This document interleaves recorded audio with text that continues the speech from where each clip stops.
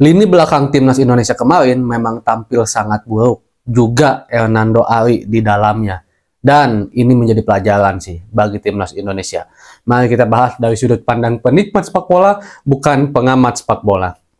Teman-teman semua, timnas Indonesia kemarin kalah 2-0 dari Irak. Walaupun kita masih optimis sebenarnya bahwa timnas Indonesia bisa lolos ke round selanjutnya, seperti apa yang dikatakan oleh pelatih Irak juga. Sekarang statusnya timnas Indonesia masih sebagai runner-up dan dikuntili oleh sang musuh bebuyutan kita dari Asia Tenggara, Vietnam, dengan poin 6, timnas Indonesia 7. Tapi intinya kita tidak boleh bergantung kepada tim lain. Walaupun misalkan Vietnam nanti kalah oleh Irak, dan saya memiliki keyakinan Vietnam sepertinya akan kalah oleh Irak, dan kita kalah dari Filipina pun ya kita tetap lolos. Posisi kita tetap sebagai runner up, tapi kita jangan gambling ke situ.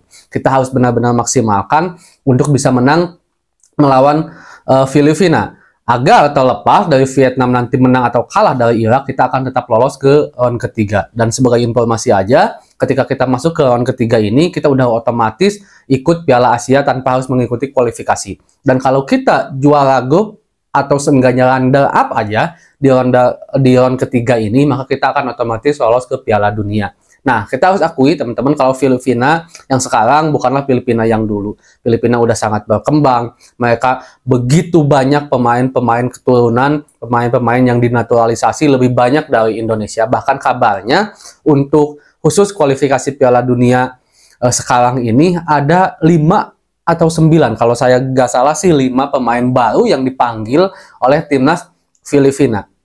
Sebagai salah satu acuan aja, kemarin aja kita ditahan imbang 1-1 di Filipina oleh Filipina, dan itu satu hal yang tidak pernah saya duga-duga kalau kita akan ditahan imbang yang seharusnya kita menang. Dan kemarin Filipina hanya kalah tipis 3-2 dari Vietnam. Ini menunjukkan bahwa Filipina sekarang udah benar-benar berkembang. Dan kalau seandainya kita kalah dari Filipina dan Vietnam menang nanti saat melawan Irak, ya otomatis kita gagal ke round ketiga dan memupus sudah harapan kita untuk bisa masuk ke Piala Dunia. Kita akan kesampingkan dulu lah bagaimana skuad timnas Indonesia nanti menghadapi round ketiga. Yang penting kita lolos dulu, itu yang paling utama.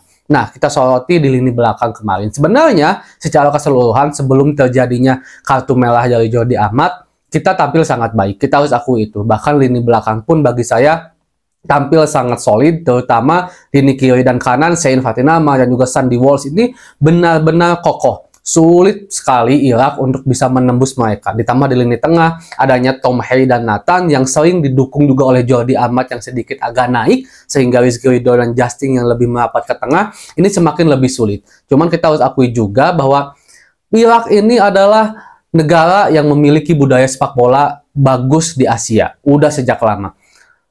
Pengalaman mereka bermain di turnamen-turnamen besar, Piala Asia ataupun kualifikasi Piala Dunia ini udah benar-benar teruji dan membuktikan bahwa mereka tahu harus seperti apa keluar dari sebuah tekanan. Salah satunya dengan memasukkan Zidane Iqbal dan juga Ali Jassim. Itu benar-benar membuat perubahan permainan Irak sangat-sangat luar biasa drastis di babak kedua. Apalagi setelah kita akhirnya kebobolan dan juga Jordi Amat karena kartu merah.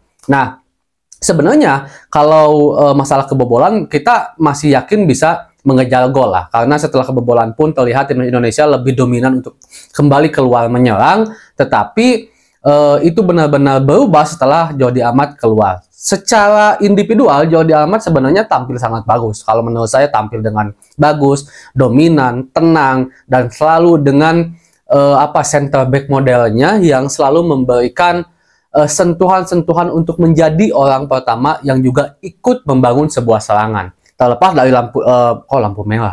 terlepas dari kartu merah yang didapat, sebenarnya Prince Jordi ini tampil bagus. Justin tampil lumayan, Rizky Ridho juga tampil lumayan. Cuman benar-benar berubah setelah kartu merah. Dan tentunya ini menjadi sebuah pelajaran yang sangat berharga bagi Hernando Ari. Hernando ini kita harus akui sebenarnya penjaga gawang yang bagus, yang tenang, dan juga mungkin sekarang bisa dibilang lagi terus belajar untuk menjadi seorang penjaga gawang modern. Kita tahu kalau penjaga gawang di Indonesia ini bukanlah tipe penjaga gawang modern yang jago build up, yang bisa memainkan bola kaki ke kaki sebenarnya.